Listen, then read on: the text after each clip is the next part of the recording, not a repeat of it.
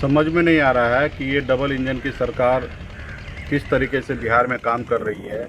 अभी 48 घंटा से अधिक हो समय बीतते जा रहा है और बिहार सरकार ठोस निर्णय नहीं ले पा रही है।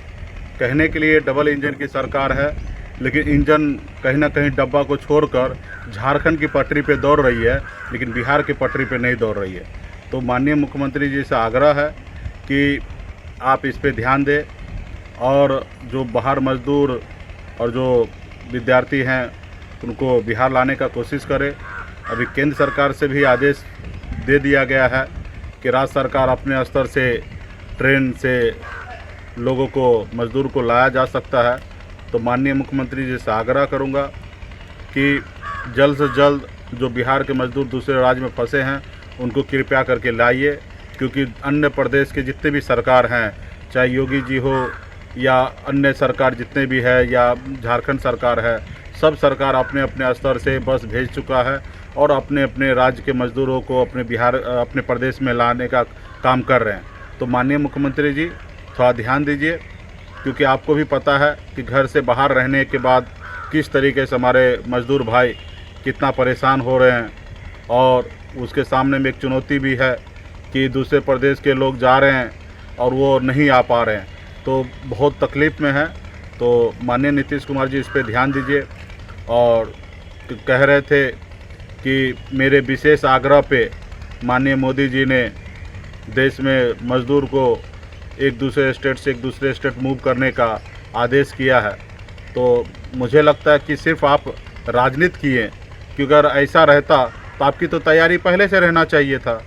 आपने कहीं ना कहीं पहले से तैयारी नहीं की है और 48 घंटा हो चुका है, अभी तक आप लोग का तैयारी भी नहीं है।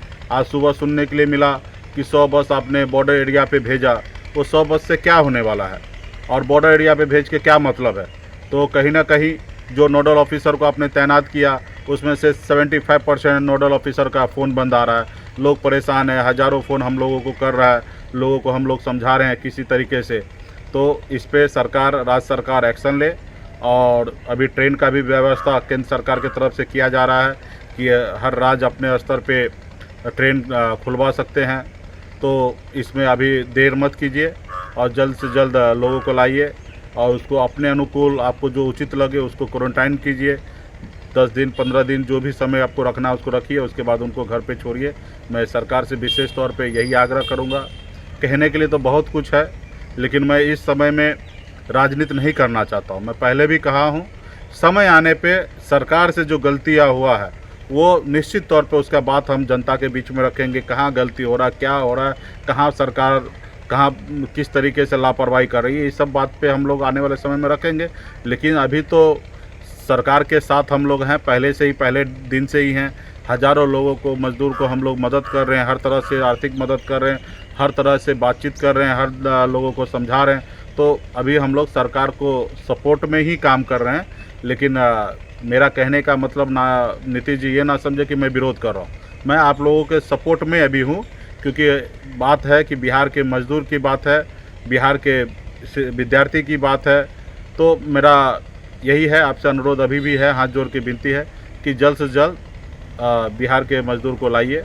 ट्रेन का सुविधा अभी केंद्र सरकार से हो ही गया, तो आप जल्द से जल्द लाने का कोशिश कीजिए।